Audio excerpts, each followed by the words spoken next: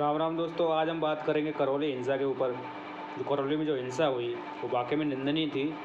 ऐसी हिंसा नहीं होनी चाहिए। और ये हिंसावादी जो लोग होते हैं ना, ये किसी के नहीं होते हैं, चाहे वो हिंदू से हो चाहे मुसलमान से हो। हिंसावादी हमेशा हिंसावादी होते हैं। वो किसी ना तो धर्म होता है उनका, ना ही जाति। जैसे एक आतंकवादी का ना तो कोई धर्म होता है ना कि मजहब होता है।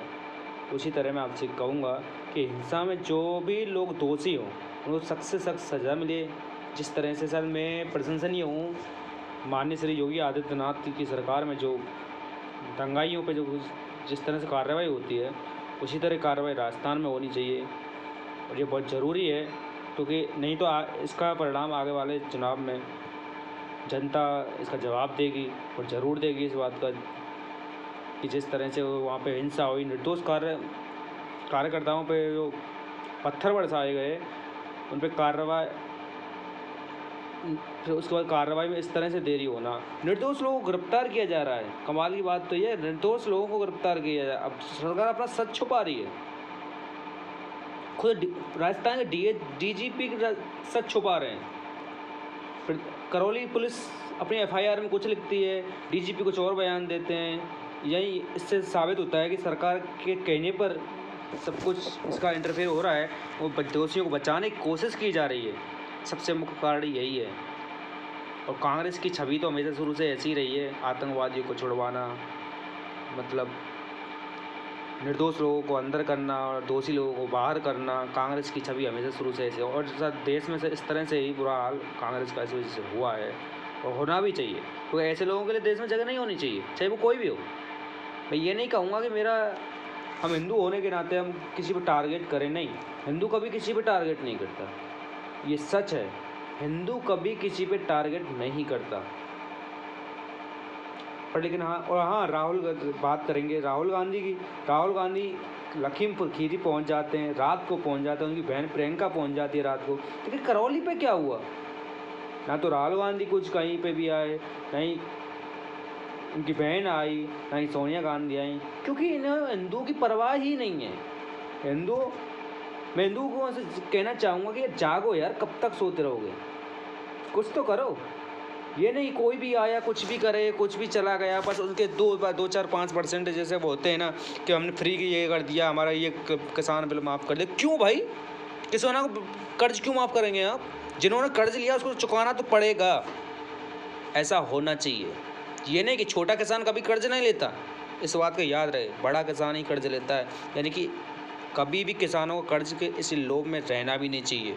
और सरकार को भी इस पर कार्रवाई करनी चाहिए। जिन्होंने कर्ज ले रखा है उस पर भी कार्रवाई होनी चाहिए।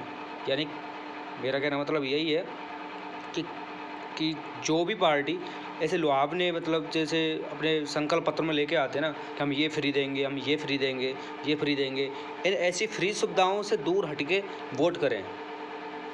सबसे पहले इस बात को सोच के वोट करके हमारा देश क्या है, हमारा राज्य क्या है, हमारा स्टेट क्या है, हमें क्या करना चाहिए, हमारे स्टेट के क्या सही है क्या गलत है, ये सोच के वोट करना चाहिए। ना कि ये सोच के वोट करना चाहिए कि हमें फ्री क्या मिल रहा है।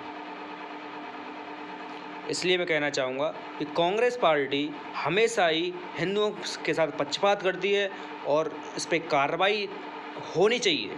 और इस बार कार्रवाई से आने वाले विधानसभा चुनाव में हो जाएगी, क्योंकि करौली में जो हुआ वाकई में बहुत निंदनीय हुआ।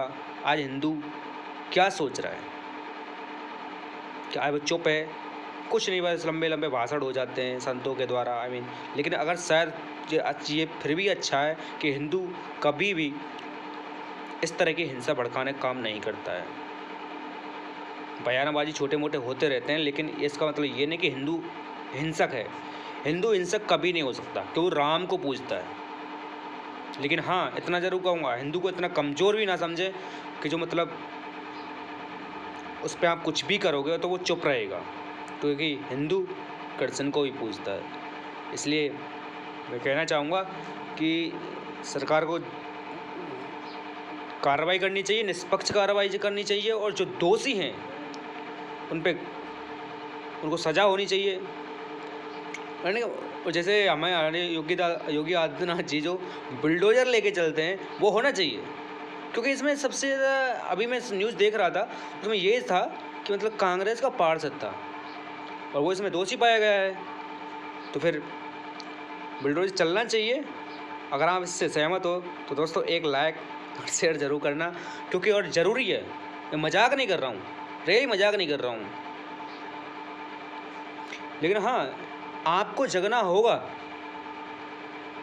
और दिखा दीजिए अपनी ताकत, क्योंकि आपकी ताकत सिर्फ वोट से नहीं, और आपकी ताकत एकता से भी है। जय हिंद दोस्तों, थैंक यू।